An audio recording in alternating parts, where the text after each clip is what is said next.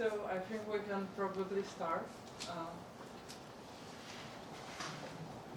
Thank you so much for coming, everyone.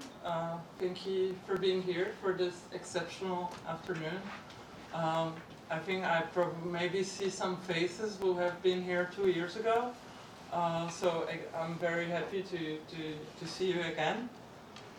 We are here today to kind of celebrate the publication of this huge book of Alain Badiou, L'Immanence des Vérités, or the Immanence of Truth, in the forthcoming translation of Ken Reinhardt and Susan Spitzer, who kindly agreed to provide at least a small excerpts from their upcoming translation for this workshop.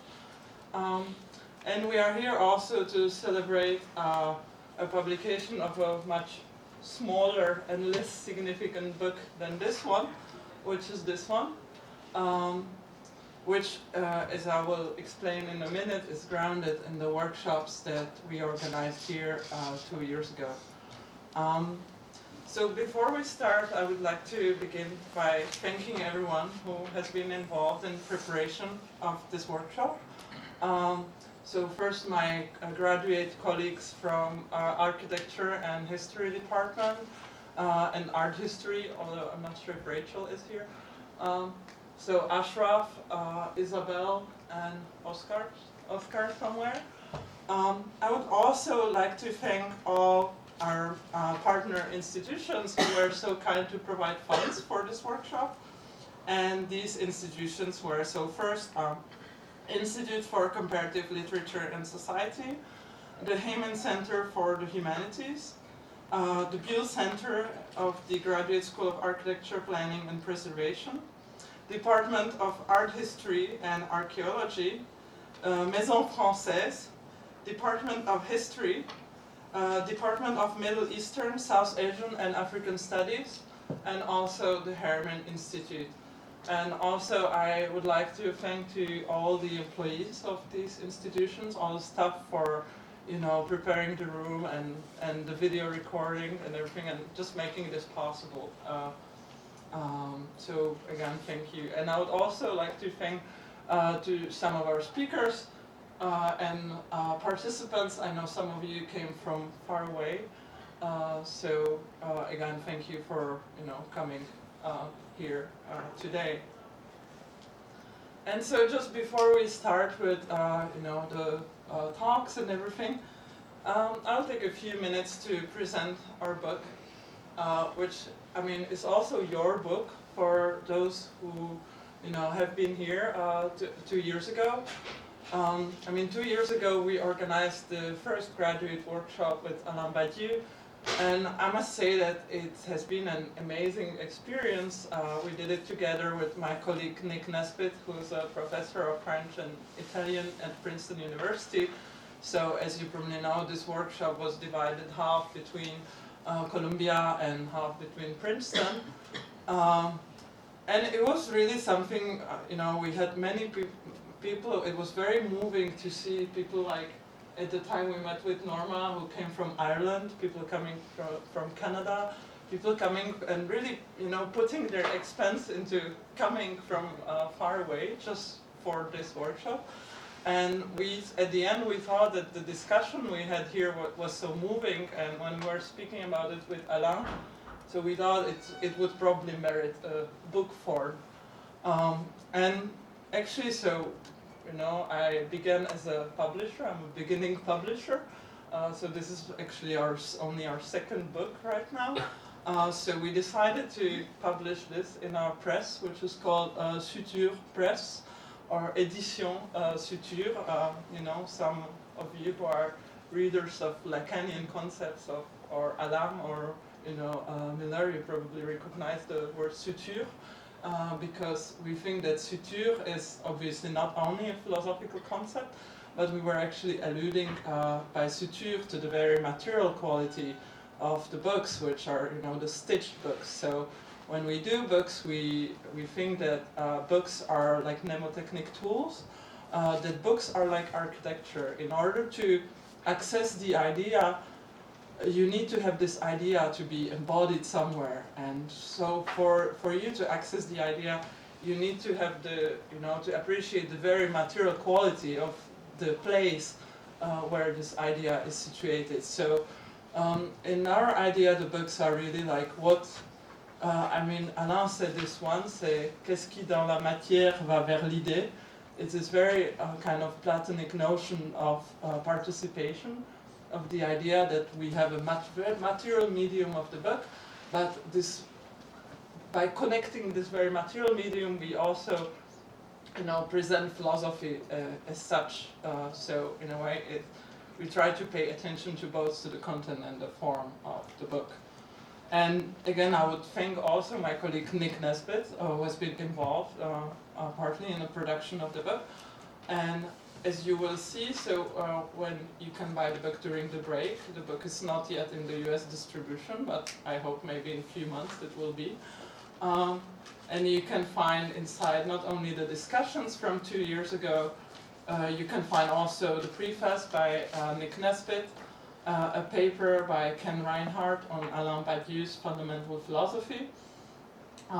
You can find all the transcriptions, edited transcriptions of the talks from 2 years ago, and then my paper on Spinoza and the attributes of the absolute and the immanence of truth. So really, it was an amazing experience, both the workshop and the production of the book. So, I invite you to check this during the break, and we'll have coffee during the break. So the coffee should arrive hopefully before 4 p.m. And also one thing, maybe I would say, last thing about the title of the book. So as you see, we decided to name it "Sometimes We Are Eternal," which is a quote, as you will see here when you open the book. It's a quote of Spinoza, when Spinoza says that we feel and know by experience that we are eternal. And somehow when we were reading all these texts, and it took us like 1 year to get through all this material, I noticed one moment in the transcription when actually Alain quotes Spinoza, but he sometimes adds the word sometimes. He says sometimes we feel and know by experience that we are eternal. And we were kind of stuck on this, and we were first like, okay, was it a mistake? Was it a Freudian slip, or is it something that expressed his philosophy as such? And then at the end we realized, okay, maybe this would be a way to really summarize your philosophy in one sentence, because sometimes we are eternal. It's really this notion of that in our finite lives as finite human beings or human animals, as you would say, we can go towards the infinite. We can incorporate some infinite and eternal truth. So, we are eternal, but just sometimes, sometimes in our life, not every day. So we made it into the slogan of this book. Okay, and I pass my word to Norma. So to present you, Norma, who says is a beginning young philosopher, and she helped me to edit all the texts in this book. So she has something she would like to say also about the book. So I pass the word to you. Thank you. And the micro, of course. Thank you. Well, I actually thought my role here today was to be a passive one, but it turns out you do have to sing for your supper.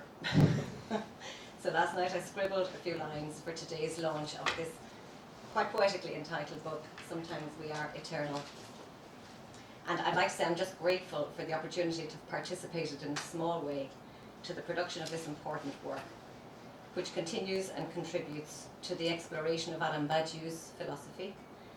This is a philosophy or an approach to understanding life and thought which I find to be quite convincing, and despite its complexity, to be reasonably accessible once you engage with it. It provides a framework through which philosophy, and I would even say for me the arts, can be accessed by those like me who've had a scientific schooling. My contribution involved transcription of the recorded proceedings from the Being an Event workshop held 2 years ago. And this book, like the workshop, was originally intended to precede the appearance of L'Immanence des Vérités, but that didn't happen. However, it is published now and it still anticipates the imminence of truths for an English-speaking audience who wait with bated breath for the English translation of Being an Event 3. Following the transcriptions, my job was to copy edit it, the proceedings, to clarify or tidy up those sections, especially questions and answers which were delivered on spec or in the reel, and also to smooth out the language, especially that of non-native English speakers, as requested by one such, Jana. Fortunately, my command of the language, although I am Irish, is considered to be native enough. I have tried to do this without losing the meaning or sterilizing the charm of expression of the speakers.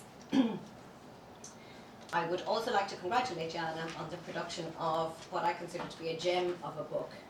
It's a beautiful finite object in which the elaboration of some very important ideas is embedded. Thank you.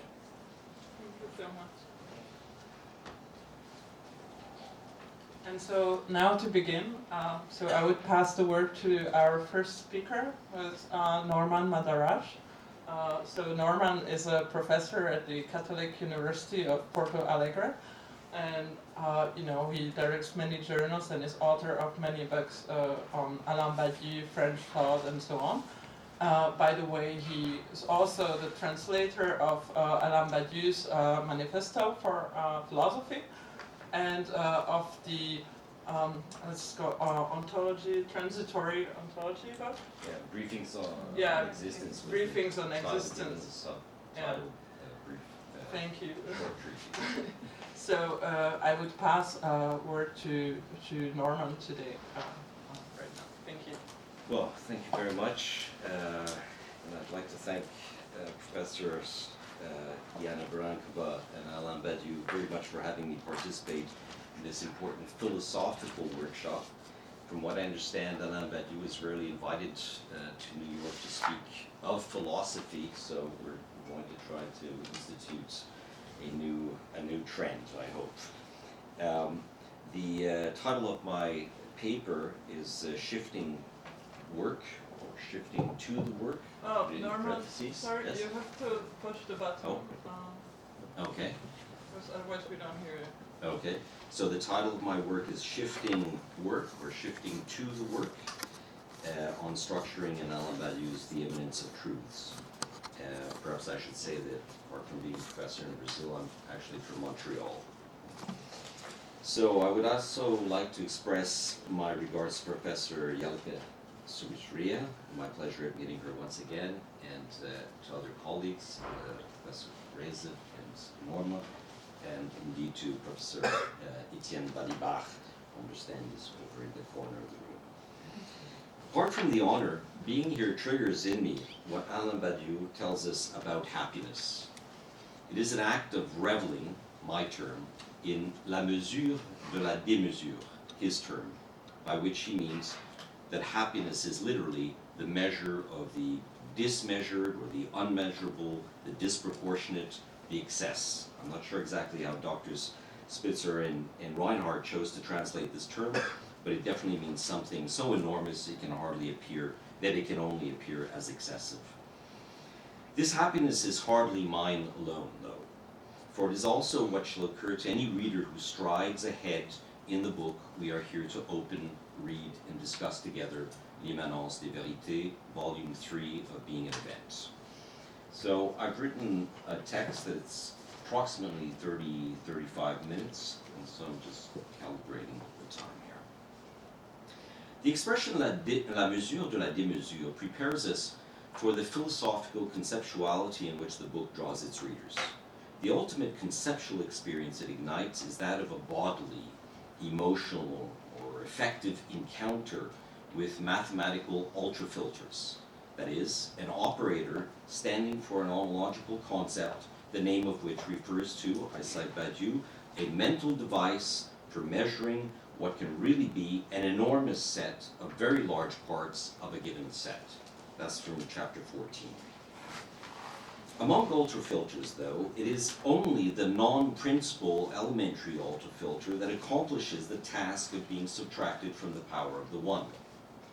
The power of the one is oppressive as it restricts such large infinite sets to being shaped essentially as close to the finite as possible. By contrast, creating a class as close to the absolute, an absolute that is irreducible to the one, is what being in event 3 seeks to accomplish.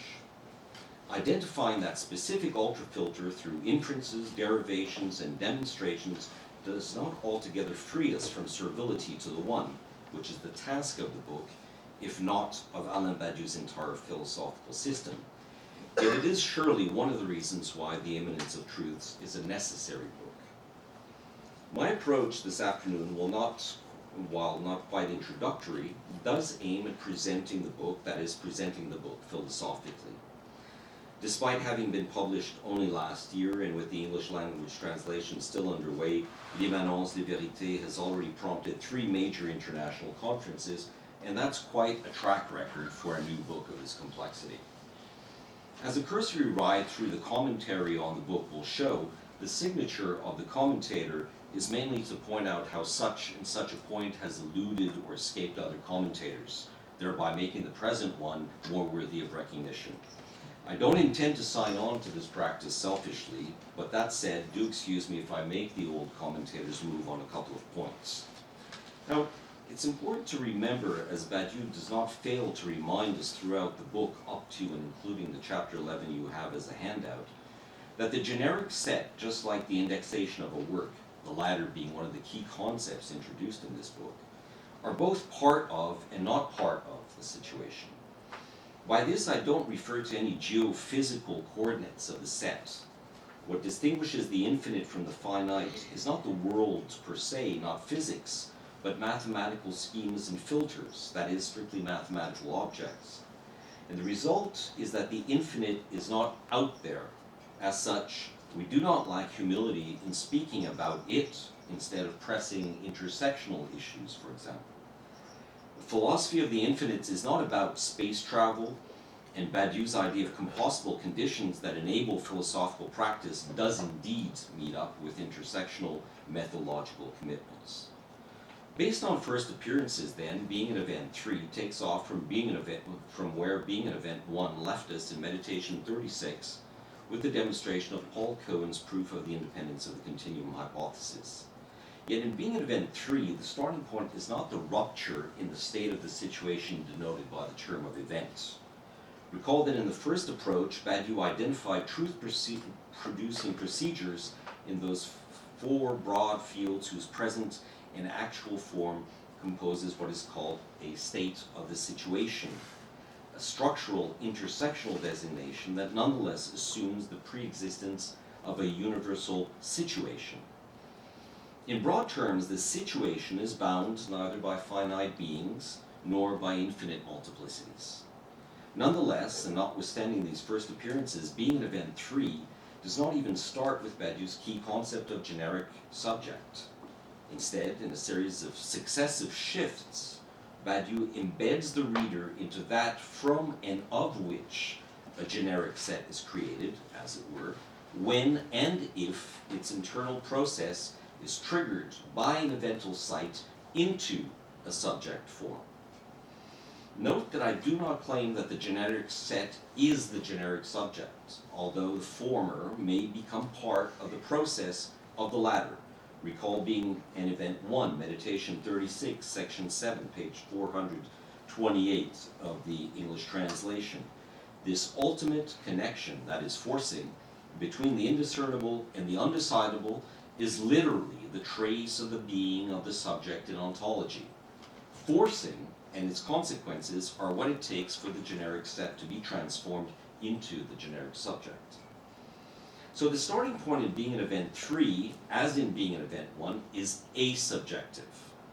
That of which a generic set is created was shown in Being an Event 1 to be well-ordered multiplicities, organized according to a given formula of properties and abiding by the axioms of the Zermelo-Fraenkel with choice model, which in ontology, if not quite in set theory, equates to truths. If the generic subject is created from truths, then might we ask, what is the process by which truths are created? From set theoretical extensions into the study of very large infinite sets, the so-called large cardinals, Badiou posits truth creation as a function and result of the infinities. Yet he does so according to one very strong condition, that this in no way allow metaphoric or hermeneutic interpretation, let alone a theological one. So this brings us to the title of my paper. It is written in overlapped form as shifting work and shifting to the work. That's because in my assessment, working as a shifting process is one of the main motifs behind the structures connecting the internal composition of Badiou's new book to his long ongoing project. I would like to use this idea of shifting work to circulate further within Being an Event 3 without losing sight of a number of analytical perspectives on its objectives from without. I'll try to keep many of my observations and questions within the scope of the chapters and essays made available by Professors Jana and Reinhardt. Yet I also want to move within the shifts in order to ensure you all get a sense of the brilliance of this book and of its beauty. After all, in the eye of most mathematicians, beauty is the ideal of the work, and one might add, the beauty of the work of the infinites. But first a side note. The publication of Alain Badiou's Immanence des Vérités occurred in the 30th anniversary of the publication of what would only later become the first volume of Being an Event, namely Being an Event itself, L'être et l'événement. As I was organizing the bibliographical references for this paper, it also dawned on me that it has been 20 years since Manifesto for Philosophy, followed by 2 essays, was first launched on an unsuspecting public by the State University of New York Press in a translation by yours truly. It was the first of a cluster of smaller works written by Badiou, which sought to simplify and make more accessible the big work that took a while to reach the English language public.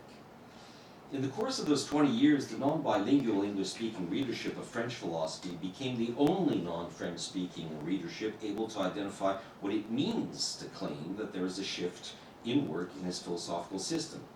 What Badiou's contributions, discoveries, and creations have triggered for Canadian and American scholarship alike is the way out of deconstruction and post-structuralism and its conceptual obsessions with disconnected difference and unreachable otherness. Notwithstanding the post-structuralist parenthetical signature of which I have exceptionally made use in my title, the work, no pun intended, Badiou's accomplishment cannot be underestimated, as we know too well how post-structuralism prepared its own afterlife with its speculative science of specters and ghosts. I think, in fact, we've had enough of that. In terms of the concept involved in my contribution to this workshop, work, as we well know, is central to Marxist theory of alienation, as it is fundamental to Das Kapital, not only as the very power by which civilizations are created, but in terms of the remaining fragment of liberty a worker clings to as she or he enters the capitalist labor force. Thus, after the generic, which is common to Marx and Paul Cohen, so important, in fact, in Being an Event 1 and 2, comes the work. Selling one's Arbeitskraft, or labor power, is both a capacity, however limited, as well as an increment to determine the ratio of variable capital, a key step in Marx's algebraic derivation of surplus value. Regardless of the semantic specificities of work or labor as determining the appropriate translation of Arbeit to French prior to its arriving to English or back to English, it is important to note how the concept of work does not appear in any significant way in Being an Event 1, any more than does the dialectic or an ideal of communism. By contrast, the Immanence of Truths celebrates work and the dialectic, as it also most certainly does communism, or in Badiou's words, the communist sublation of the infinite. Translation of La Relève communiste de l'infini, section 1, page 91 of the French version. So the communist hypothesis is thus asserted, perhaps in its first full argument from within the philosophical system, against the, I quote Badiou, restoration, or I would add exponentiation, keeping Wall Street in mind, of contemporary finitude, so the restoration of contemporary finitude and the monstrous inequality it has been producing. Later in the book, communist strategy is asserted as what, I quote Alain again, infinite in finite political sequences. To claim its argument is placed within the philosophical system is also to reassert that we now have a key shift by which to understand what mathematics implies for communism. I quote Badiou once again, thinking the infinite is the ineluctable ontological condition of the thought of equality. It's from chapter 14. In this regard, I want to make an initial claim that the Immanence of Truths is a contemporary masterpiece on or of communism, the greatest perhaps since the fall of Soviet socialism. And even though this might appear to be a claim set in a desert of sound bites, it would be good to remind ourselves that among great works in this field, there have recently been many. Just think of David Harvey's or Michael Heinrich's work on reading the 3 books of Marx's Capital, Michael Lowe's work on the origin of the concept of revolution in Marx, or even Angela Davis and race gender in the prison industrial complex, for example, or István Mészáros' Beyond Capital, to name just a few. Given that L'Immanence de Vérité proves again how Badiou is one of the most creative philosophers working today, just take a look at section 23, for example, on Hegel, the arts and cinema, apart from the pleasure of reading his virtuosic prose. With the communist hypothesis, now internal to the system structure, we find ourselves with quite an explosive philosophical brood. Now, the Immanence of Truths carries out shifting to the work in at least 5 ways, at least I'm able to systematize, and I point to them mainly in note form. First, shifting to the notion of the work itself as opposed to the subject or worlds with their objects, transformations, and bodies. Second sense, shifting the work from genericity and worlds to works in their truth, their objectivity, and their becoming. In Badiou's introduction lecture, published in Sometimes We Are Eternal, this is a shift portrayed by him as from the universal and the singular to the absolute. Third sense, shifting the concept of work itself to the cumulative hierarchy of sets V, defined as absolute space in which space-time is a shifting braid of sequencing. I cite Badiou. V is the place, the lieu, where everything that has already appeared in a level V sub alpha of the hierarchy reappears. This is in the prologue, page 61. In other words, regarding this third aspect, we shift from the tension between presentation and representation in being an event 1, and appearing and appearance in being an event 2, now to appearing and reappearing in being an event 3. The fourth sense of shifting the work is in the sense of resetting the idea of work by means of its infinite indexation according to what Badiou calls the principle of maximality, concerning which a strong link emerges between topos, axiom of choice, and classical bivalent logic, especially with the principle or through the principle of excluded middle. This in reference to Radu Diaconescu's 1975 theorem, is also known as the Goodmill-Myhill theorem. In chapter 10, this principle is cited also in Paul Cohen's construction of a generic set, i.e., a non-constructible multiplicity built from derivations and mathematical forcing that, I quote Badiou, shows maximal indistinction of maximal absence of characteristic properties.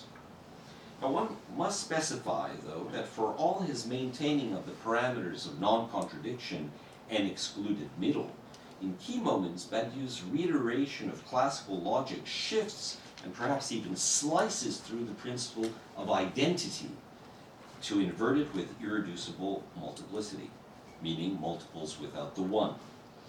In this sense, the shifted work, whose identity flickers in a flash, is what eventually leads to an indexation of the absolute through the sign of the zero sharp, meaning the set of true formulae about indiscernibles and order indiscernibles in the constructive universe, in the constructible universe. The sharp symbol, musically of course, means higher in pitch on note, and its implication for set theory by Jack Silver, Kenneth Koonin, and Björk Jensen is that if it exists, then the cumulative hierarchy of set V is much larger than the constructible universe. That's because 0 sharp is equivalent to an uncountable set of indiscernibles, the existence of which thus contradicts the axiom of constructibility, V equals L. An observation. It's interesting to see how Badiou basically inverts Jensen's so-called covering lemma, which sought to prove that 0 sharp doesn't exist.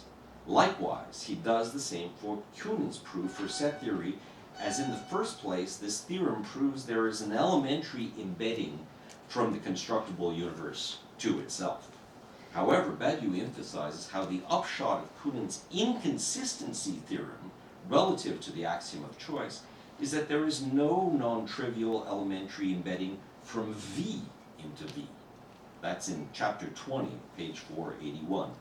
In other words, the absolute shows no other complete relationship to itself apart from immanent identity, the upshot of which is that the absolute is indiscernible. End of observation. That concludes this list here of the different senses of shifting work in an observation, how a shift occurs also from an inferential perspective, which is specific to being an event 1, to a dialectical one. The non-principal elementary ultrafilter dialecticizes the idea of mere filter insofar as the latter makes no technical use of complementarity. With a filter, should a part of it not be, with a mere filter, should a part of it not be included in a set, nothing of it is. But with an ultrafilter, should a part of it not be included, then its complement is. For Badiou, a complement is like a dialectical negation, which makes it a variation on the principle of the excluded middle. This is in the general introduction, second part, and also in chapter 14. So basically 5 shifts: to the work, to their truths, to appearing and reappearing in the cumulative hierarchy of infinite sets or classes V, to the maximality of the infinite indexation of works, and to the dialectics of complementarity in an ultrafilter. Now, the question left open in or by the previous books is the following. What does mathematics tell us about the structure of the singular differential truths made use of by a generic set as it is composed universally into a subjective procedure? There's nothing taken for granted by Badiou to the task I try to reinstate in this question. And the purpose of the many formal demonstrations throughout his philosophy has aimed at proving there is a connection, namely the third volume of Being an Event reinforces better and clearer this connection of truth to the generic set than were the previous works, or than did the previous works. By so doing, a typology of truths takes central stage, much like the event did in the earlier works, and proves a most philosophical, if not quite ontological operator. To achieve this, Badiou shows again how set theory provides a key by pulling back from the cumulative hierarchy of huge cardinals regarding their respective absolute, and then working by means of a projective or embedding function to create the possible formalization of a yet unknown infinite class. As such, shifting to the work in a philosophical system signs a sense of relief that we've been able to emerge from the blanketing nightmare, or blanketing or covering over, recouvrement, central concept in the book, that certainly should be evocative of the operator behind the oppression that would keep all work finite, which Badiou presents in section 2 of the Immanence of Truths. In other words, it's so normal for work to be part of the conception of human being that it is almost terrorizing to think how at one point in the 1980s, work was stripped out of the philosophical lexicon and conceptual field with the passing of the general Marxist paradigm of social ontology. Now, while intersectional structural analysis has enriched the sphere of truth processes with categories like race, class, and gender, the concept of work has tended to sink deeper into Badiou's political condition, mainly into the political condition. And that's not accidental either, Sexuality, precarious labor, digitalization, and data mining are instruments that literally replace work with new forms of survival and oppression in the finite. They are part of a reactionary political subject, and ever more frequently an obscure one. Seen through the suppressive finitude, few critics have insisted on what Marxist and communist thinkers continually emphasize, that it is only through a shifting organization of work that a society may aspire to reach the variable forms of creative experience that escape from finitude. Badiou's continued commitment and contribution to the scholarship of revolutionary Maoism, as we saw briefly in Monday's lecture, for example, demonstrates how this crucial experiment remains largely undocumented, even decades after Deng Xiaoping forced a moratorium in research in this area, and this despite recent publications by historian and linguist Mabo Gao and Alain's own publication project with Jelica in France. What the Cultural Revolution ushered in is the structural necessity for shifting the way work is organized in terms of disciplines, professionalization, and careers. Then again, you might say, it isn't the term travail or labor that figures so centrally to the immanence of truths. Instead of travail, it is œuvre. It is œuvre insofar as Badiou's uncompromised commitment to question any form of residual essentialism that now reappears in the reorganized categorical distribution of the conditions as the generic procedure, the state of the situation, the world, change, and the body come to affect them. This process is part of the attraction to the absolute, to the term absolute.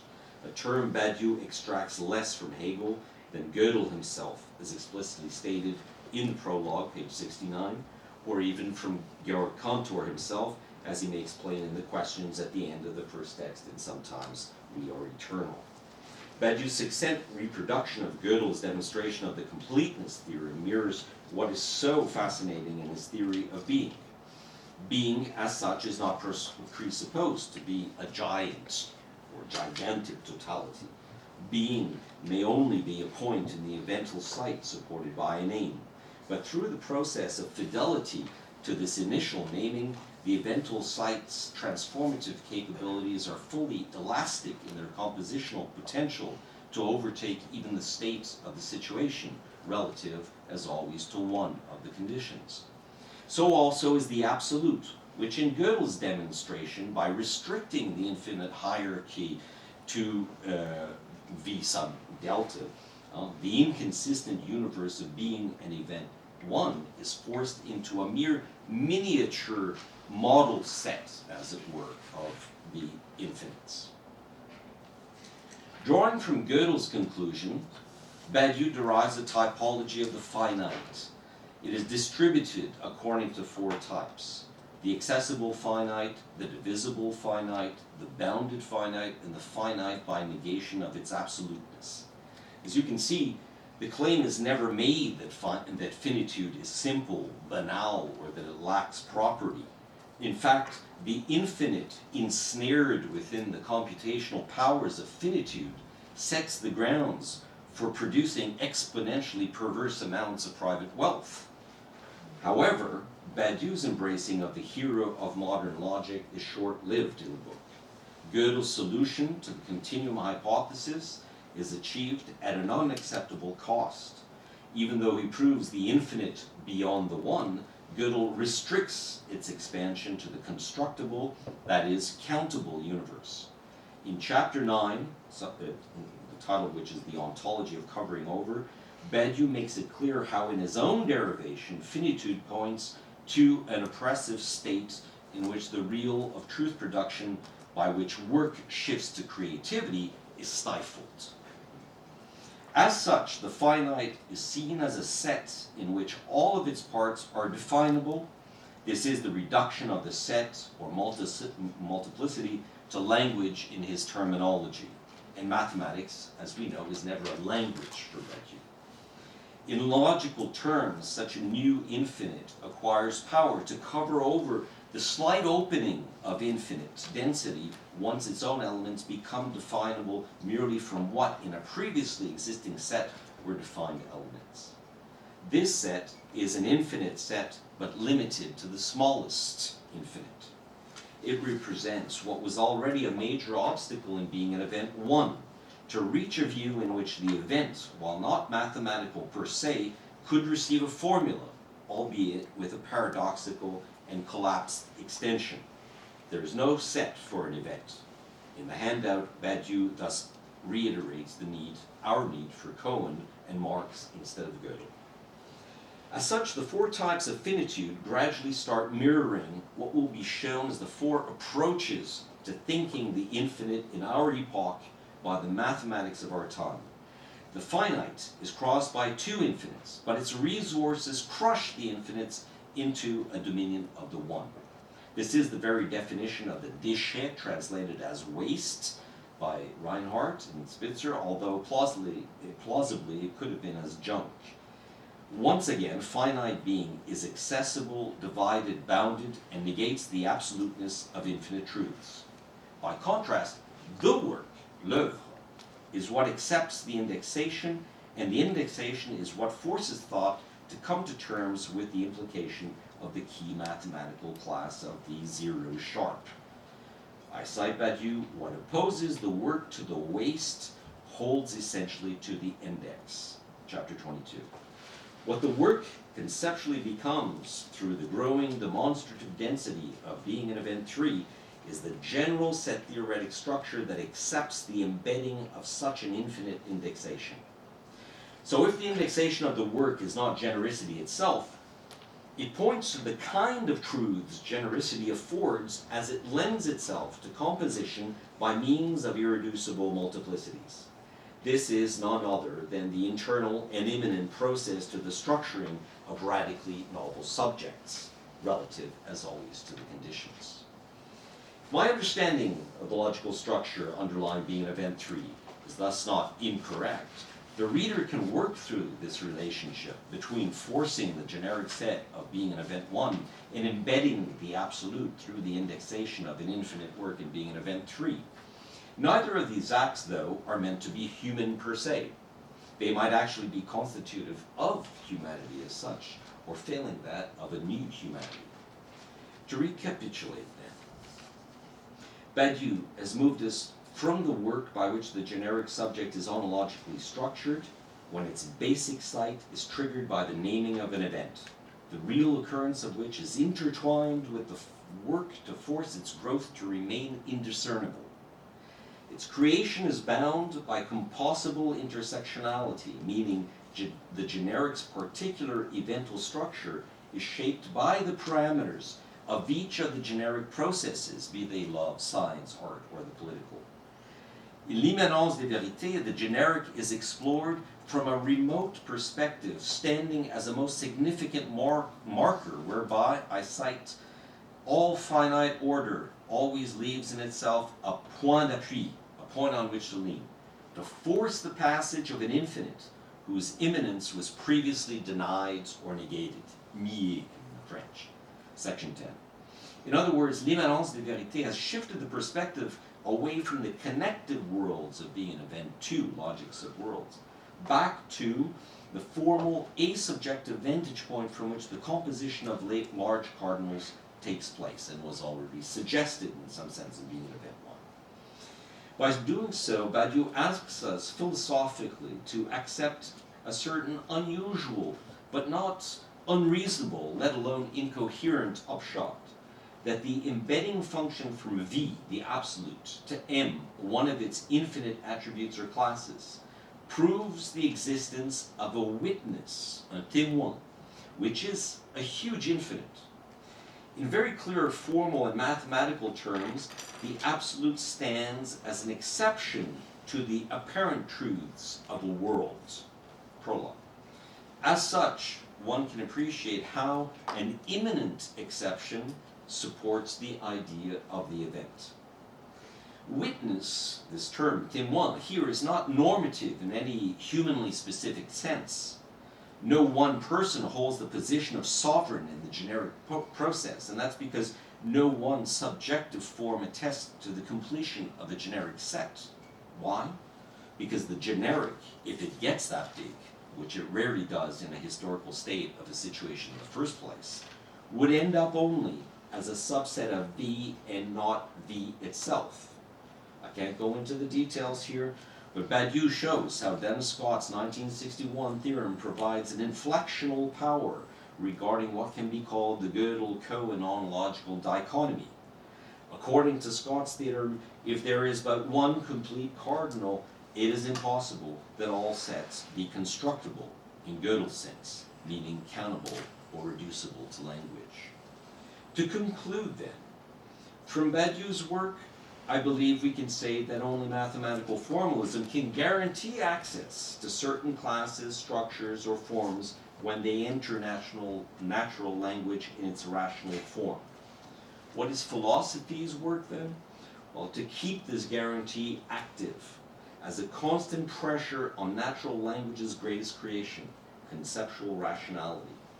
To fend off being, I cite Badiou, a victim of ontological déjà là, literally an ontological has-been, Badiou's contribution is equal to few others. Let us revel then in the unmeasured and the unmeasurable and measure it well within our capacities and beautifully to keep oppression at bay. To achieve this, there seems no better way than to keep shifting our work according to Badiou's precise prescriptions. For example, in chapter 19, find the zero sharp of the situation if you can, if it exists.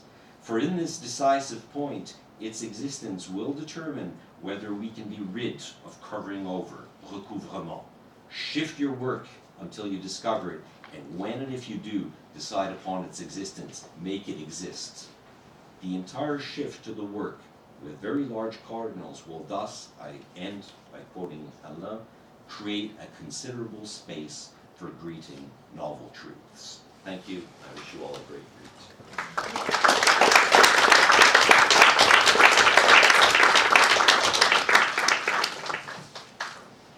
Thank you so much, Norman. I think your talk is amazing because we're really in the core of the book right now. I think it would be probably, since it was a very complex talk, it would be good to maybe probably accept a few questions right now, because if we let them after Jelica's talk, maybe people will forget. So, if you have any questions or comments, just please feel free to ask. And of course, the hardest questions will go to Alain.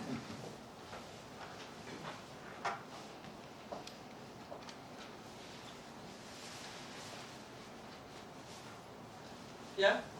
And if you can speak very loud, because you don't have, I think we don't have a portable micro, right? No? No, just those. Okay. Okay, tell me if you can't hear me. And I'll you speak slowly, and I'll translate to Alain so that he understands. Yes. So the question is Like it's about strong.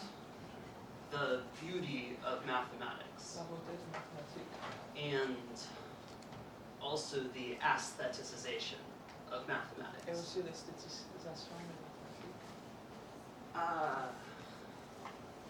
I am curious what the tactical uses Quels sont of les usages pratiques the description of mathematics as beautiful in this talk and other de la places. description des mathématiques comme étant quelque chose de beau dans cette conférence. And its uses and limits in a university discourse, etc. Et quels sont les usages et les limites de l'usage des mathématiques dans le discours de l'université en général? Especially after Immanence of Truths. Surtout après l'immanence des vérités.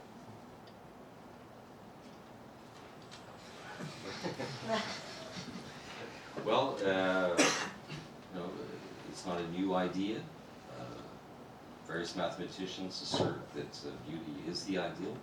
I'd say that to keep it in this context, The beauty is that mathematics provides an inscriptional structure that leads us directly to irreducible multiplicity, and language has failed us in that regard. So I want to stress the importance of the demonstrations, the formulas, the inferences, the derivations, the proofs as being part of this project, of the system, Badiou system, to reinforce and to lead us into this new inscription. Irreducible multiplicity.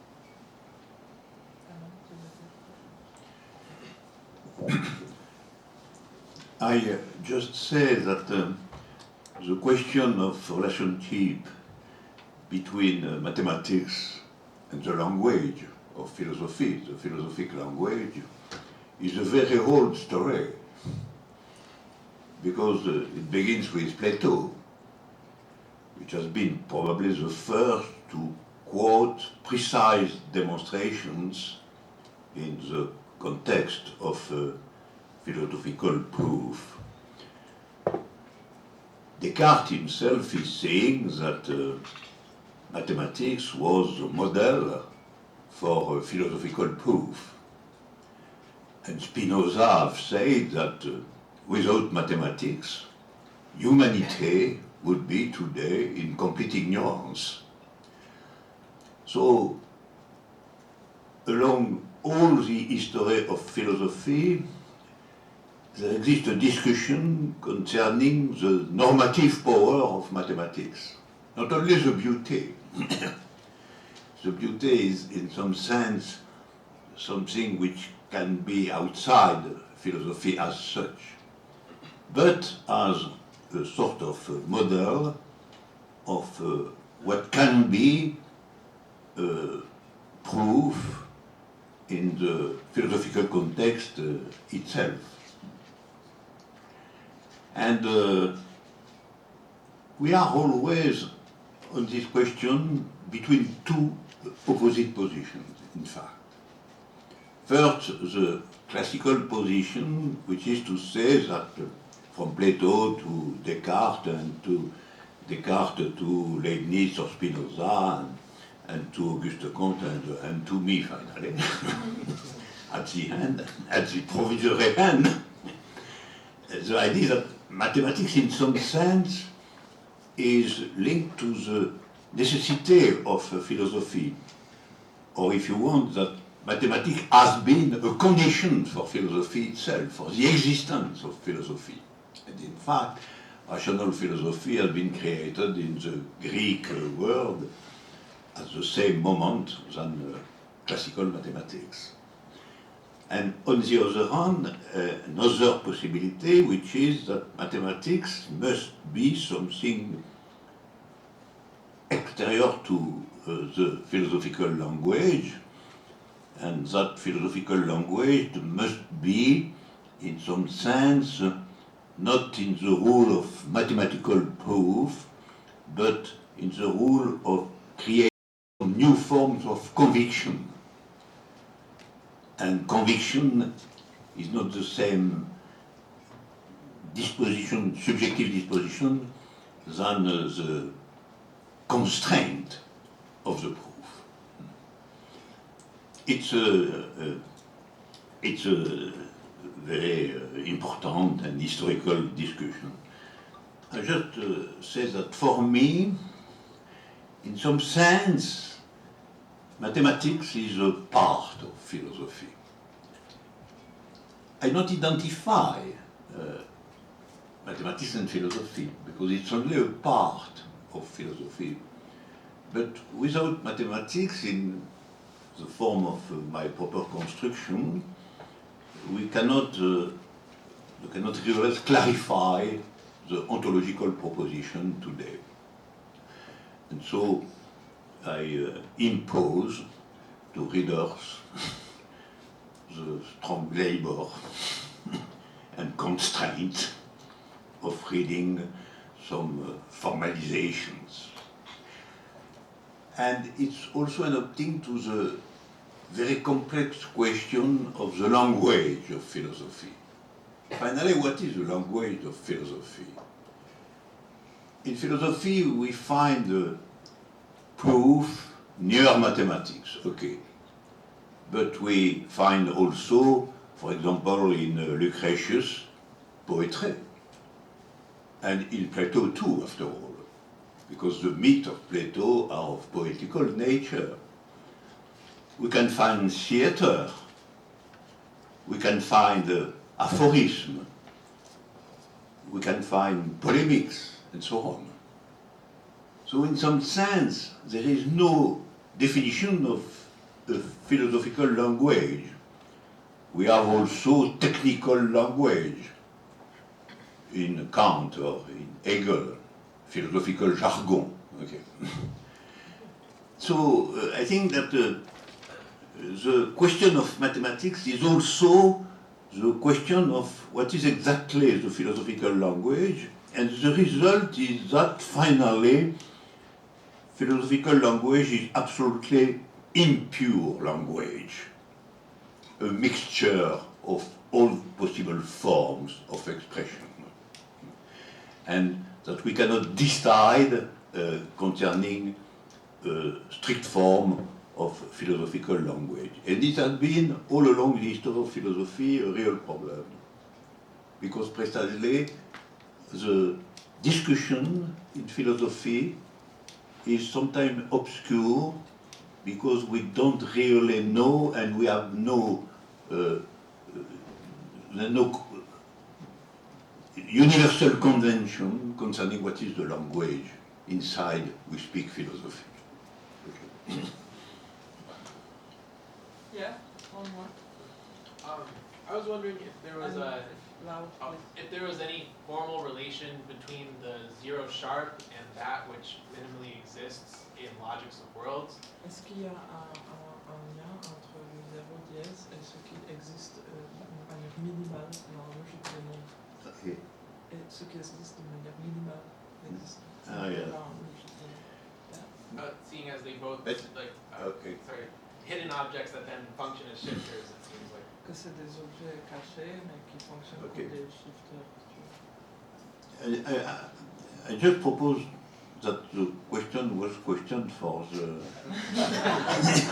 and not only for me. But I give an answer. In logic of the worlds, we are in another world, in fact, than in immanence of truth.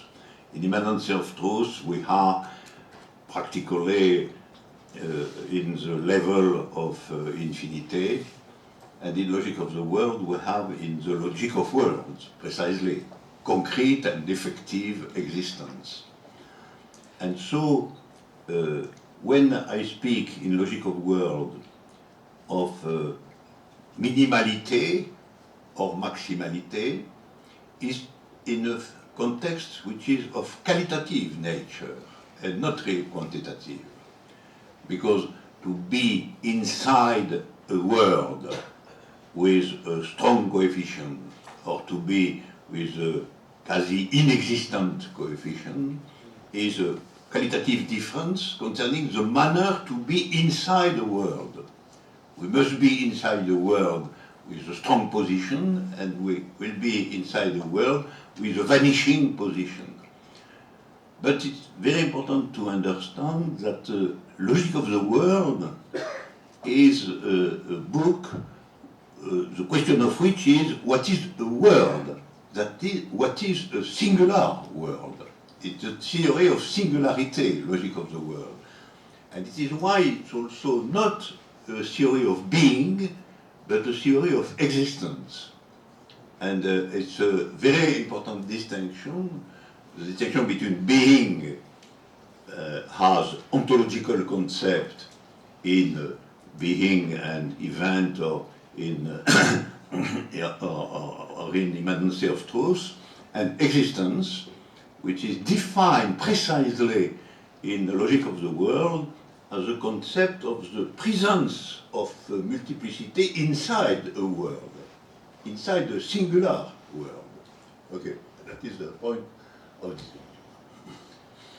Norman, would you like to add something?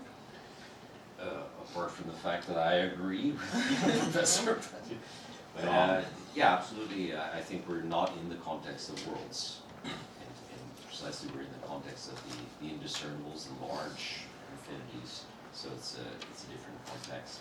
And that, as I tried to establish also, is not the relationship between appearance and appearing, but appearing and reappearing as part of this internal structure that you identifies and demonstrates in various large infinities, very large infinities. I would have maybe one question for Norman.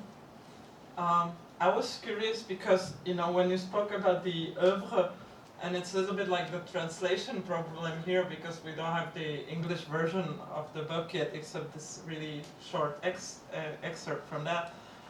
You were somehow translating the œuvre as the work. And I had the feeling that in your talk, it a little bit evoked the notion of labor, you know? Mm-hmm. And I think there's for instance, if you think of like, especially contemporary Marxist discourse, there's this tendency to sort of reduce everything to labor, you know? There's a discourse saying that even love at the end is a form of labor because, you know, dating is a labor and so on, you know? And I think the problem with, you know, the labor is that in a way, by reducing something to the notion of labor, we are also reducing it to the notion of the constructible, you know? And so in a way, I would like to ask you if you can clarify this relationship between œuvre and labor, because obviously not every œuvre, or what would be œuvre in the immanence of truth, is a form of labor or a form of work, you know? In a way, we could say that to be truly communists today, we should somehow defend œuvre against labor, you know? Sure. Sure, thank you for the question. In fact, well, this is, you know, part of my reading and part of the experience of seeing the shifted context and the type of attention that Alain asks us to apply in reading these arguments here regarding the constitution of truth and the immanence of truth. But I didn't speak of labor, certainly not of wage labor. I was speaking of work, considering work in its creative dimensions. And, well, you know, philosophy these days is in a struggle for its survival in many senses. We have to prove that we're actually doing something. I think that it's important that we prove that we are working also, in some sense, although in that sense it's certainly reducible to labor.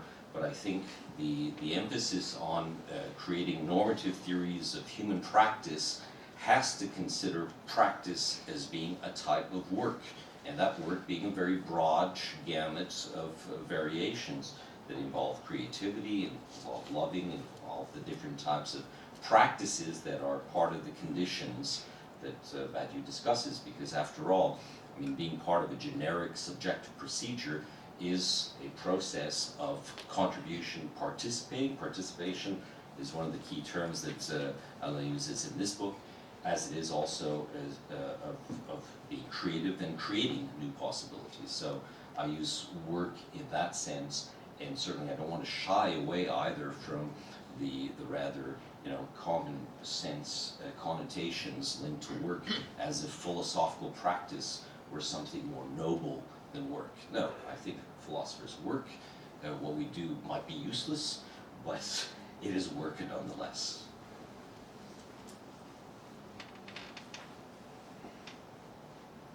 Do we have more questions? Yeah. Just to Norman, And but again- it's work or production is a Marxist distinction. Well, I mean, it's work or production or creativity, creation. But then, well, I mean, we're working with a whole set of theory-laden concepts that we would have to analyze specifically. I want to make clear that production is part of the process, as is creation, as is loving, as are different forms of discursive practices, as is the process of being part of a generic subject. Just Yeah, a no. follow-up of this. I was wondering if there is that distinction between labor and work in in Marx, in Capital, given the fact that the value cannot be achieved if there is not labor. So can we say also value cannot achieve if there is no work, given that subtle distinction? Is there- Exchange value. Pardon me? Exchange value. Can you Or repeat use the value. last Just the sentence, value, please? value form as Yeah, but I think As- what work in this sense of creativity pushes towards is the idea of use value.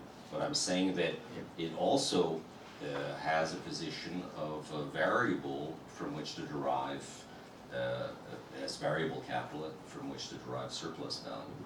But I think that the connotation of work as wage labor is something that's, from a philosophical perspective, we can do better at thinking our way through.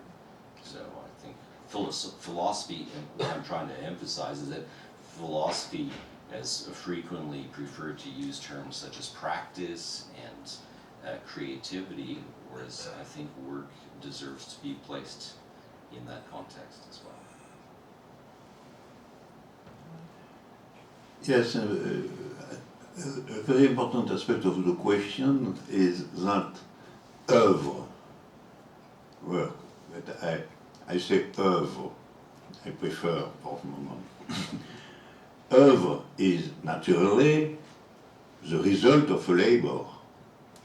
It is the creation, fabrication, result of work and labor. It's not a problem.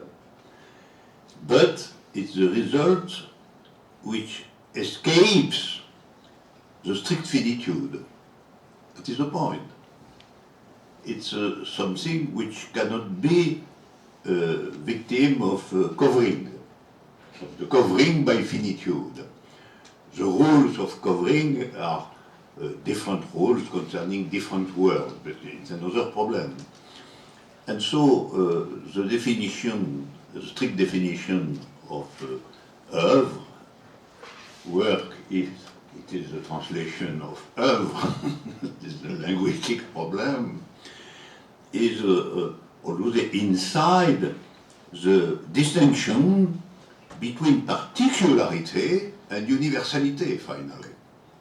Because if l'œuvre cannot be recorded by the strict finite determination of the world, it's finally something like un déchet. Déchet, that is a product which is inside the market and nothing else. Something which is reduced to its particularity. But œuvre is something else, it's something which, for many reasons, finally complex reasons, escape the strict particularity and proposes to humanity something with universal value. And so the strict space of the distinction is the question of the question of what is universal primarily. What is universal inside the fact that all what exists is produced in a determinate world. So, in some sense, all is particular. In that all exists in. There is no a world of ideas or another world and so on. No, there exists a multiplicity of concrete worlds, and all what the human being create is created in an historical world. And the question is why certain exists in creative activity of human being, something which can be in some sense with a universal value. And the universal value is concretely the fact that this value can exist in another world than is the historical world of creation. And it is why I name œuvre, and that is something which historically escapes the strict laws of finitude in a definite world. Yeah, I think we should move to Jelica, but maybe, yeah. So if I just want to ask, Yeah. so if I understand correctly, corrupting the youth is a La corruption de la jeunesse, corrompre la jeunesse et leur cause. Ben, to corrupt the youth is precisely explain to the youth that the law of a determinate world are not always good laws. And to explain that sort of thing of youth, men and women, who must precisely take the example of something which in some sense is universal. If something like that does not exist, youth can always say, okay, but all is in my world. All is inside the present domination. So, finally, the corruption of the youth, which was the cause of the execution of Socrates, after all, so it was a very important question, is exactly in the concept we discussed here. Is the law of the world, the laws of the world, as a consequence that nothing can exist which is beyond the laws in question. And corruption is when you learn to young people that there exists maybe something which is not reducible to the contemporary finitude. And for example, today, that something exists that maybe cannot be reduced to its price in the market. So there was one more, so. Yeah, I'll try and be brief. Tell me if this is an obscure question as well, but I understand roughly that the oeuvre is always a product of an infinite procedure in some way or a generic procedure in some way or another. Am I correct in assuming this? Il demande si l'œuvre est toujours productif dans une procédure infinie. Si. Est-ce que ça fait partie d'une procédure infinie? Est-ce qu'il me demande qu'est-ce que c'est pour le concept de l'œuvre? And to finish the question, if that's the case, I can understand what a work of politics, a work of art, and a work of science is, but what is, to paraphrase Kierkegaard, a work of love in this context? Qu'est-ce que le travail, l'œuvre de l'amour dans ce contexte? Qu'est-ce que l'amour dans ce contexte? It's another question, in fact. In my definition, love, to take this example, the producing capacity of love is to produce a new understanding of what is the distinction, the absolute distinction between two subjects. Love is the experience, the maximal experience of the possibility for two subjects to have the same world, even if they experiment that they are absolutely different. And so love is, in my vision, the school of understanding of difference as such. It's the experience as the difference as such, and the difference as such is, in the case of love, the difference between two subjects. That is the definition of love, the common understanding of the absolute difference between two subjects. It is why it's so difficult. And so I would now pass word to Jelica Sumic. Again, so Jelica, she's a researcher at the Slovenian Academy of Sciences in Ljubljana, and with her husband Rado Žiha, they also direct a wonderful philosophical journal, which is in French and English, which is free on the internet, which is called Filozofski Viestnik. And I invite all of you to check this journal because the content is like very interesting. And so Jelica's research, she has been working a lot on Badiou, psychoanalysis, Lacan, and again, we're so happy to have you here because we had her also Norman too multiple times in Prague, and so it's really a great pleasure to have both of you, once in New York. So I now pass word to Jelica. Thank you, Jana. Thank you. I mean, the pleasure is shared by all of us who have met together in Prague and on other occasions. Maybe you put the micro closer, it's better. Okay. Okay. So before I begin, I would like to thank Jana and whoever participated in organizing this wonderful, really stimulating workshop on Badiou's third volume of Being and Event, the Immanence of Truth. So I would like to start with some preliminary remarks, and whoever had the opportunity or took upon himself, herself, to go through the 700 and something pages of the Immanence of Truth would agree with me that we have never read anything quite like this book, and given that it was only published a year ago, in September 2011, I mean, this is my experience and my feeling, I have been unable to find any substantial responses to it. I don't underestimate the three international conferences, but I think, all the commentators, all the papers written on the immanence of truth were like, for me it was like expressing a kind of intimidation, delving into this monstrous book. So, I mean, monstrous, not in the negative way to be taken, but really it's a monster. It is. Yeah. Even for me.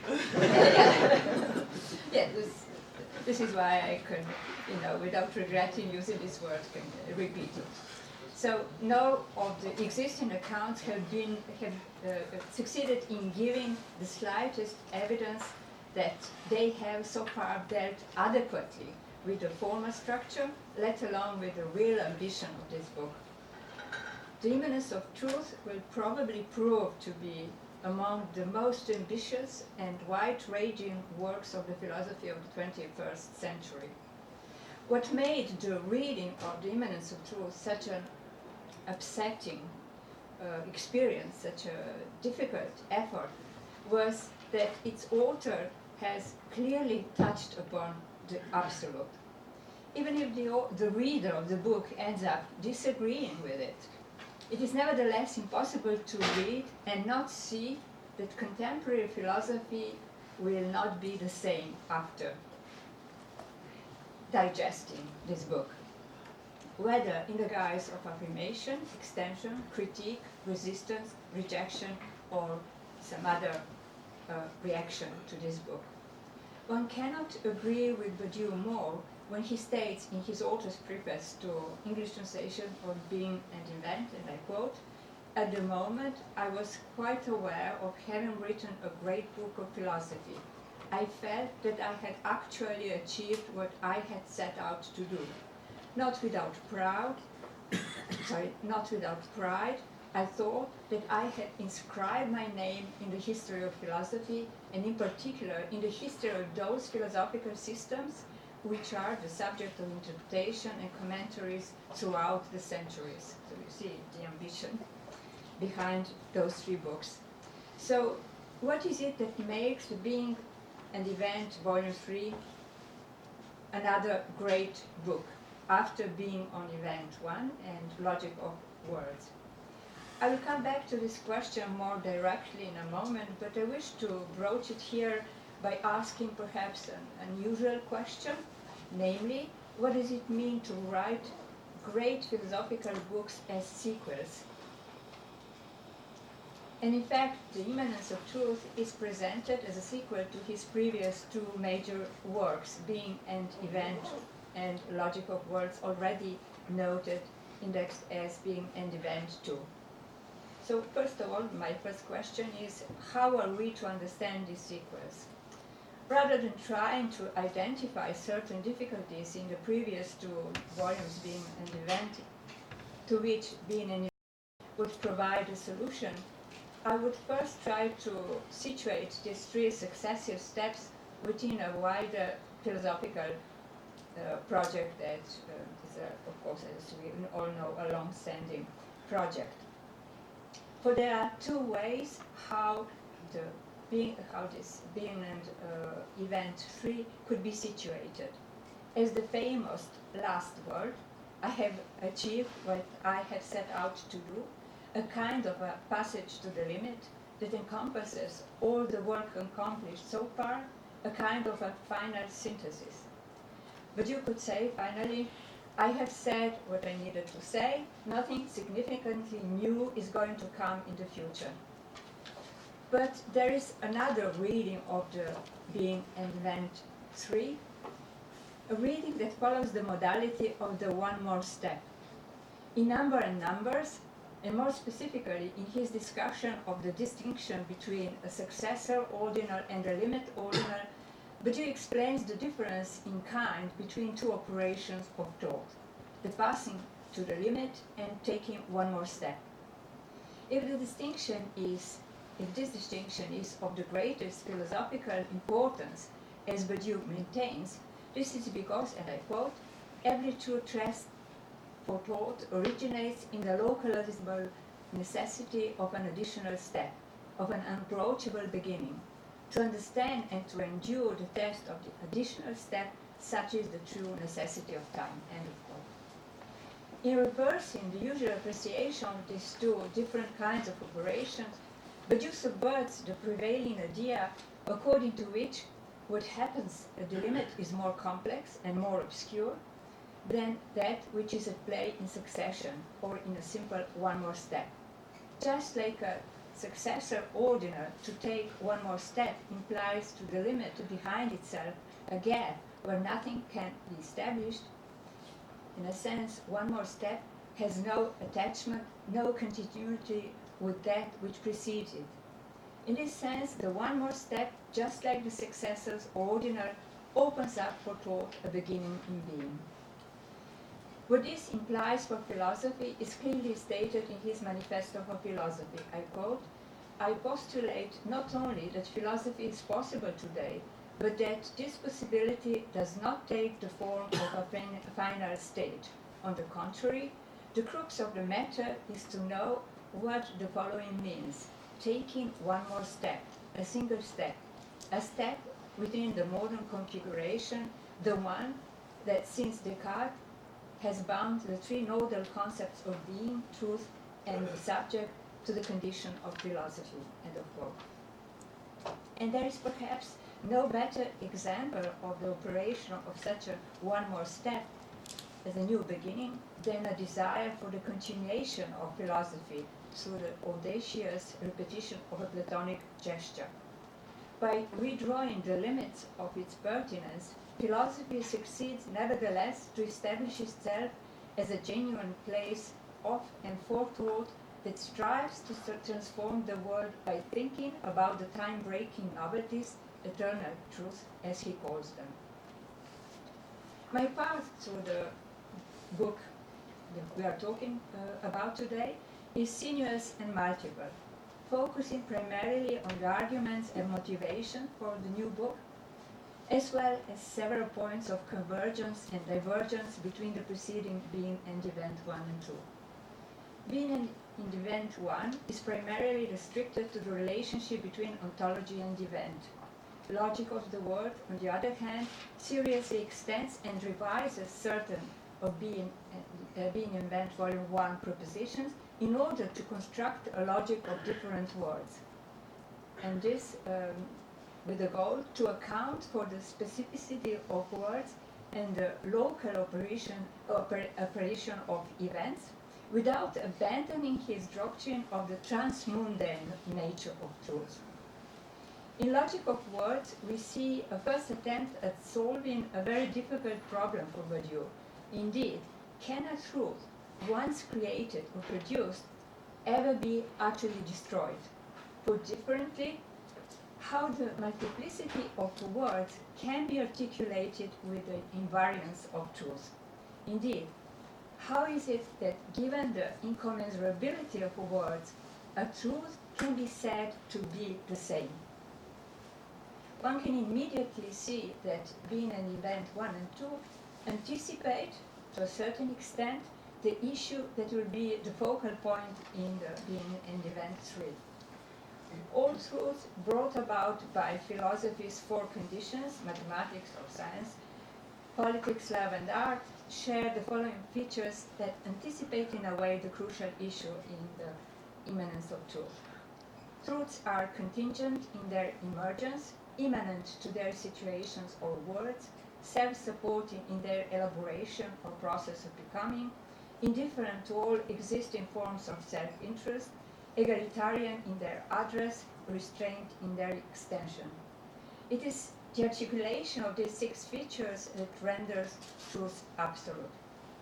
It is obvious that we are dealing here with a radically untraditional conception of what it means to be absolute, insofar as contingency and non-totalization are constitutive of the absoluteness of truth, a characteristic that will be elaborated in this book that we're talking about today. This absoluteness is of a very peculiar kind. We're not dealing here with a Hegelian absolute. There is no totality to think of, only the contingent becomings of heterogeneous truths in their subjects. This is the fundamentally affirmative moment of philosophy, the category truth, with a capitalized T or V rather, for vérité, is the void place constructed by philosophy to enable the heterogeneous truth produced by its conditions to meet. I have noted already many things remain the same between being and event, logics of words, and the immanence of truth. Mathematics remains the science of being, and truth remains exceptions to existence. In being in the immanence of truth, Badiou still sticks to a slogan of his materialist dialectic: there are only bodies and language, except there are truths.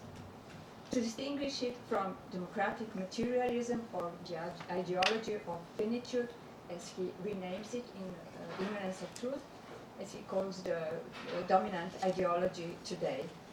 Indeed, the main target in the being in event 3 is the ideology of finitude, to the extent that it is not simply ideology, it is first of all a powerful form of oppression, not only religious, economic, statist, but also philosophical and ideological. The crucial question thus becomes the following: is there a way to escape the oppressive finitude?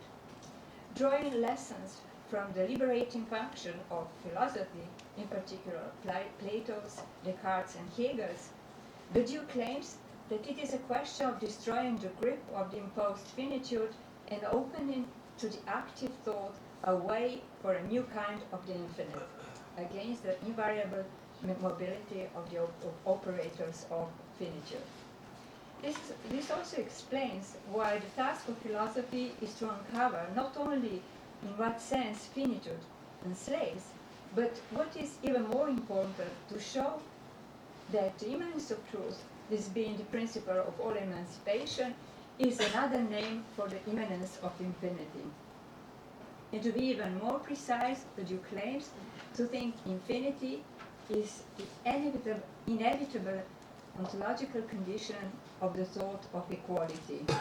It is Kantor's radical invention that makes the articulation of infinity and equality possible.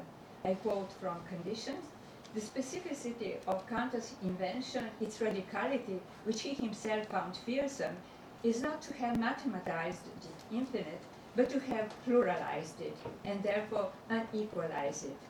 That there are different infinities, and this goes well and truly beyond the dialectical opposition between the discrete and the continuous, obviously presupposes that it is possible to make sense of the equality of two infinities. This is indeed what the impetus of pluralization consists in. Two infinite sets are equal, they have the same power, if there exists between them a bi-univocal correspondence. They are unequal if such a correspondence does not exist. It will be seen that it is equality here that of its existence refers to an existence and inequality to a negation of existence. Hence, also the function of proof by contradiction, since there are no positive way to demonstrate an inexistence, end of quote. Indeed, mathematics has a tremendous emancipatory potential by the very fact that it was the first form of fully secularized thinking. This curious privilege accorded to mathematics is also evidenced in the singular status of mathematical work, to take up the discussion from a few minutes ago. Unlike the works of other generic procedures, mathematical works are without an index.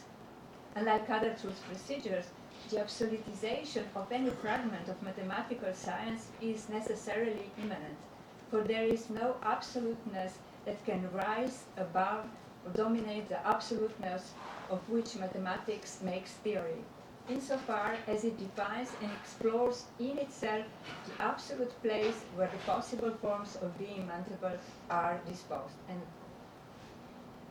by contrast, what makes the other works of truth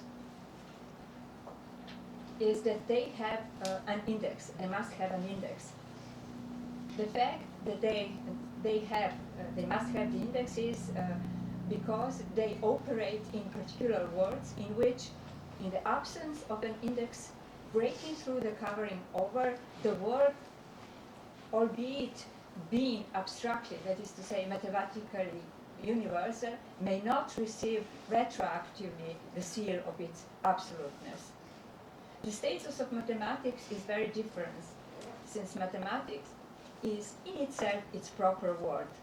It follows that the universality of mathematics does not require its validation in other words, because everywhere and always, in whatever world that you are, to do mathematics is to enter into the world that is the world of possible forms of being.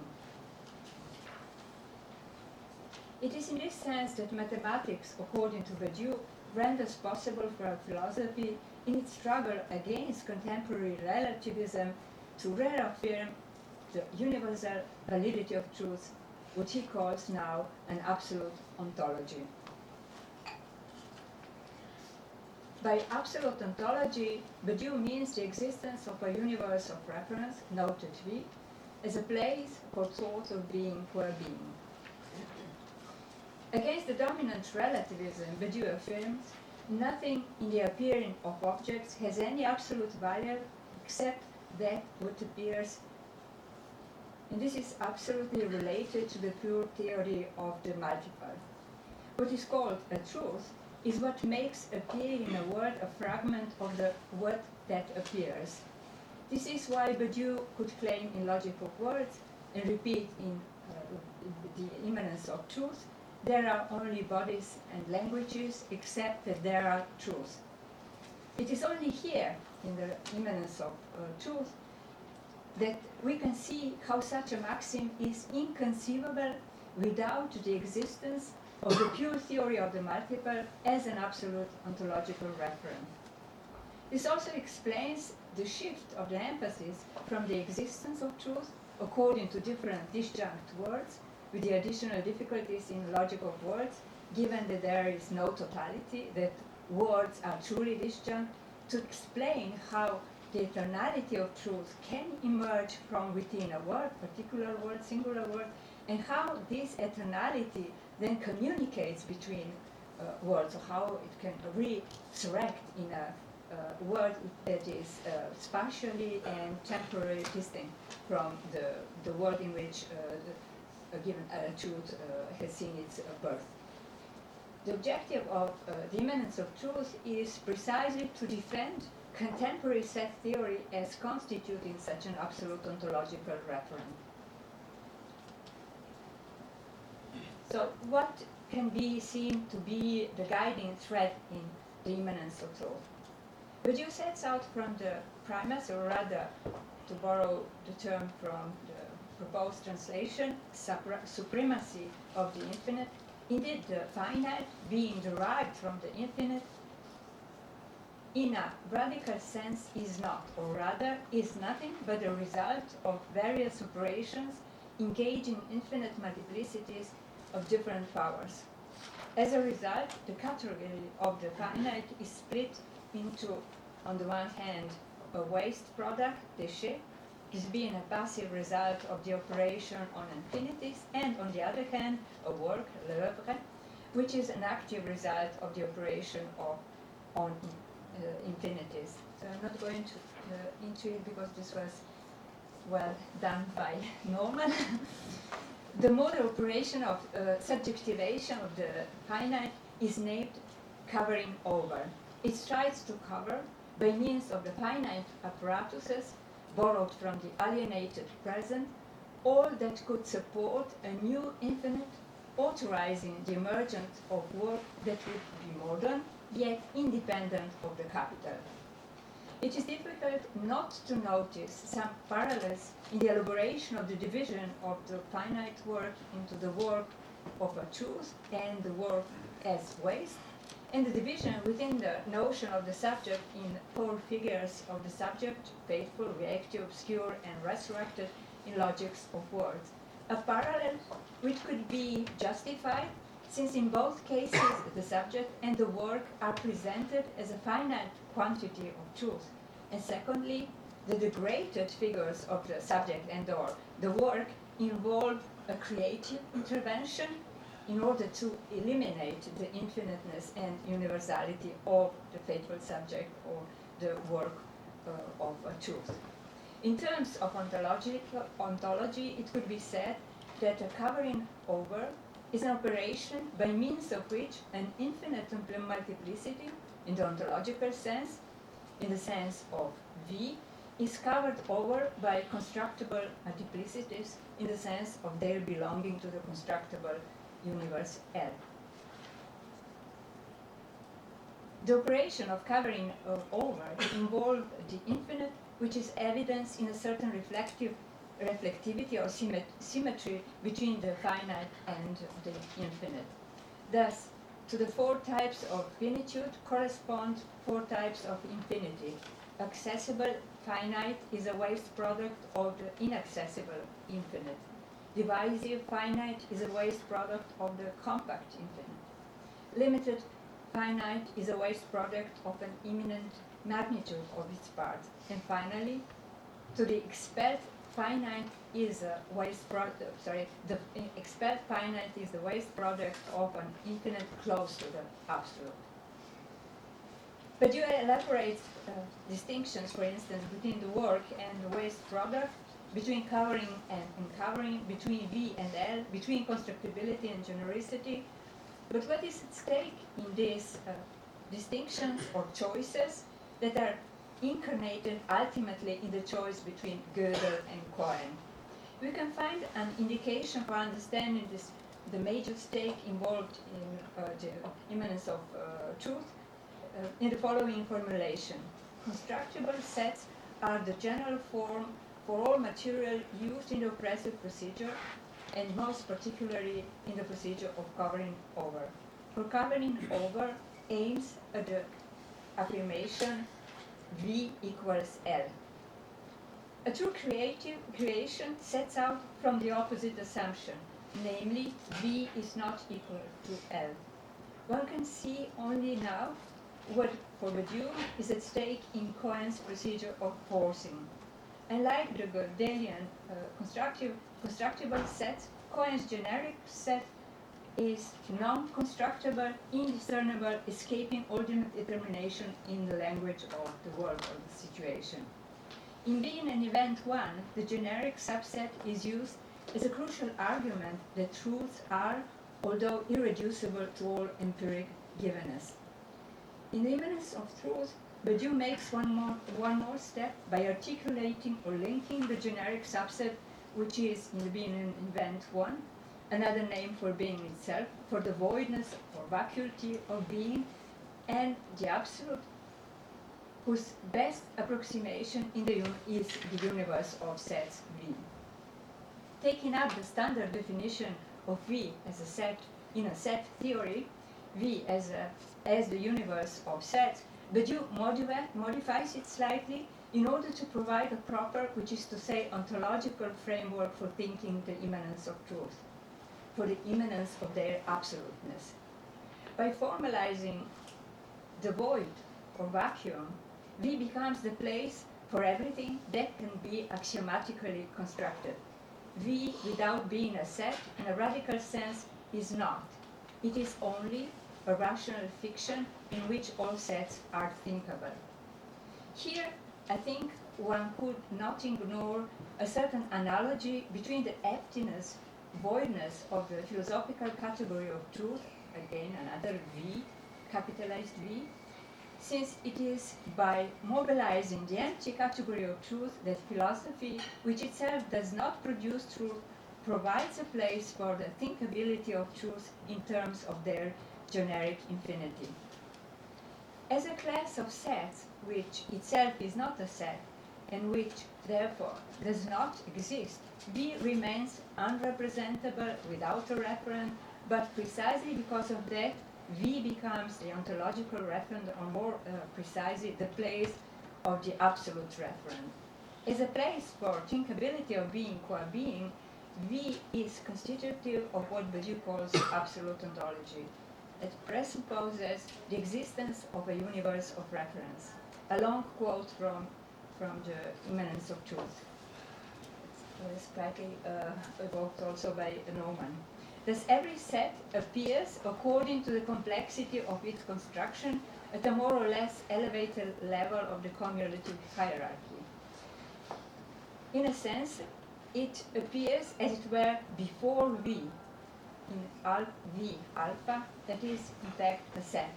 The absolute place V can then be thought of not as a place where this or that set appears, but as a place where all that which has already appeared at the level of V alpha, of hierarchy, reappears. V thus effects a gathering together, a synthesis of the possible forms of the multiple being, which as such always first appear in a set.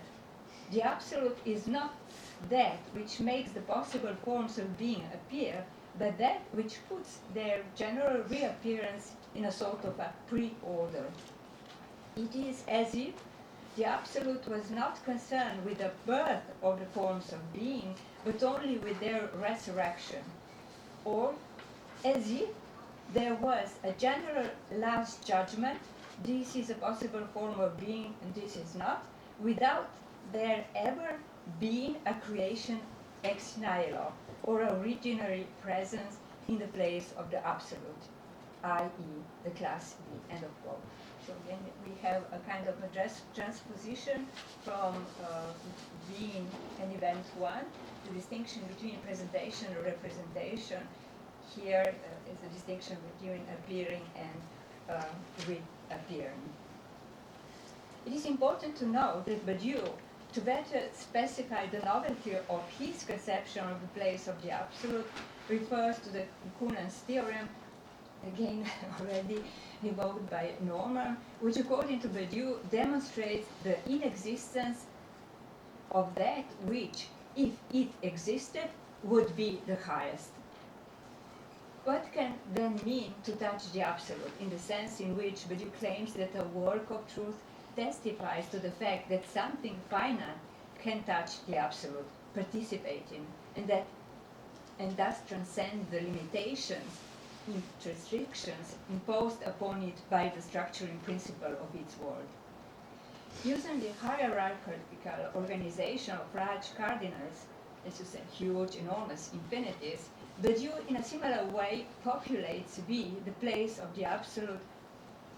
Truths are a special kind of infinities because they are deemed to be close to the absolute.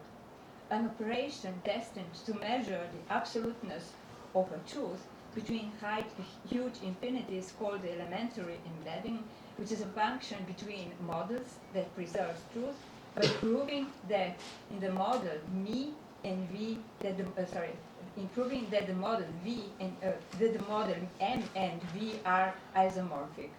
This operation, elementary embedding, allows Badiou to make an important point, namely, just as the proof of isomorphic relation between V and its model M does not lead to the conclusion of their identity, but only to their proximity, in the same way, the closeness or proximity of truth to the absolute leads to the conclusion that truth touches upon the absolute without identifying with it.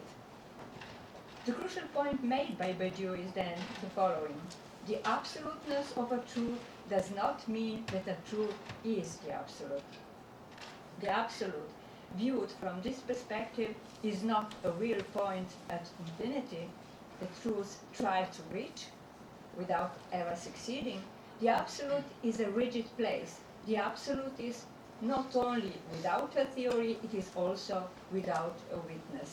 End of quote. Again, the analysis of the work of truth is the best perhaps way of proving the closeness to the absolute without attaining their identity. What points to their closeness to the participation of the work of truth in the absolute is what Badiou designates as an index. The function of the index is to extract a finite work from the ambient finitude and its oppressive operations. As a sign, Badiou speaks of stigma, of the work's exceptionality, of its standing outside of the situation in which it was created, the index is a